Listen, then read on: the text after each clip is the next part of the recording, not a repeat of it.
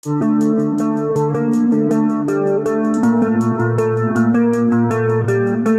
Semarang pasti tak asing dengan nama Padepokan Gunung Talang. Tempat legendaris yang menghasilkan pesilat-pesilat tangguh, namun kondisinya kini mulai terbengkalai, bahkan terkenal sangat angker. Jalan menuju Padepokan ini cukup terjal. Jika diperhatikan dengan jeli, di sekitar jalan menuju area Padepokan terdapat banyak sajen. Sajen tersebut biasanya berisi kembang, kopi, dupa, dan sejumlah uang. Konon, tempat tersebut sering dipakai untuk mencari pesugihan.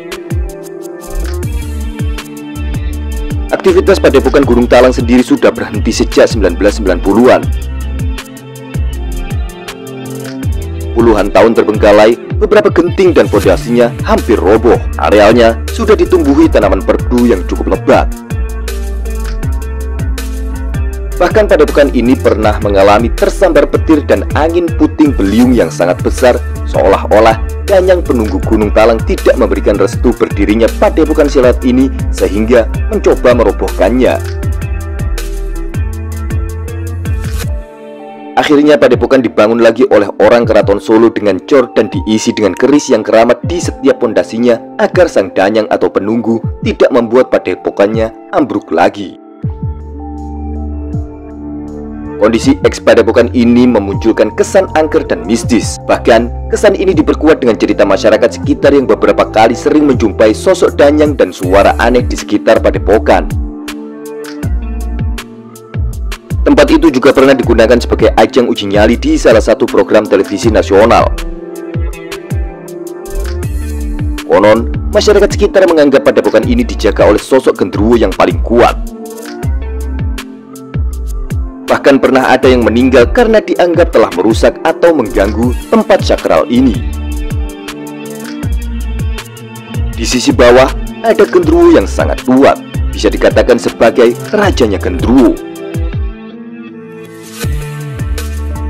Sering orang-orang yang dulu kesini untuk mengambil batu atau kayu malah dilempari batu oleh raja genderuwo tersebut. Malah pernah ada yang sampai langsung meninggal di tempat. Marimin, salah seorang warga sekitar, menganggap bahwa pendirian bangunan Padepokan di Gunung Talang memang dianggap sudah tidak mendapatkan restu dari Danyang atau penunggu Gunung Talang. Bahkan masyarakat percaya bahwa Gunung Talang adalah jelmaan kepala dari sosok ular yang memiliki ekor hingga ke Gunung Selok yang berada di Kabupaten Cilacap.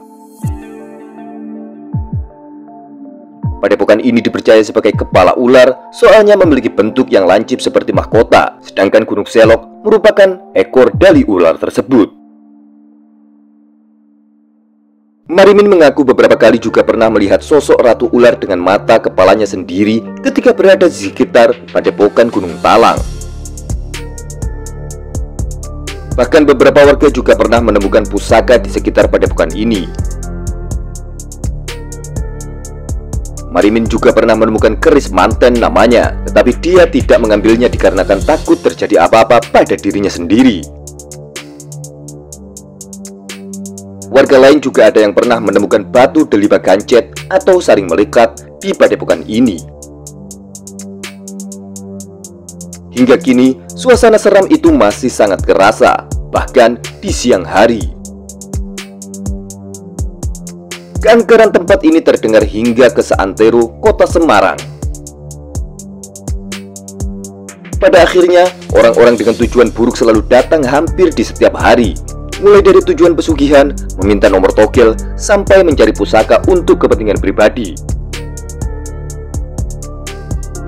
Di tempat Padepokan ini memiliki sosok makhluk halus yang sangat banyak dan beragam. Kadang ada yang melihat pocong, kuntilanak, ada juga raja genderuwo.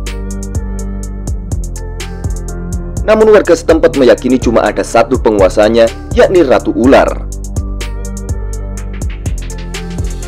Bahkan diyakini bubarnya Padepokan silat itu juga dikarenakan gangguan makhluk halus yang ada di sana. Entahlah, hanya sekedar mitos dan cerita misteri atau halusinasi. Yang jelas, Padepokan Gunung Talang memang benar adanya, namun sudah lama terbengkalai.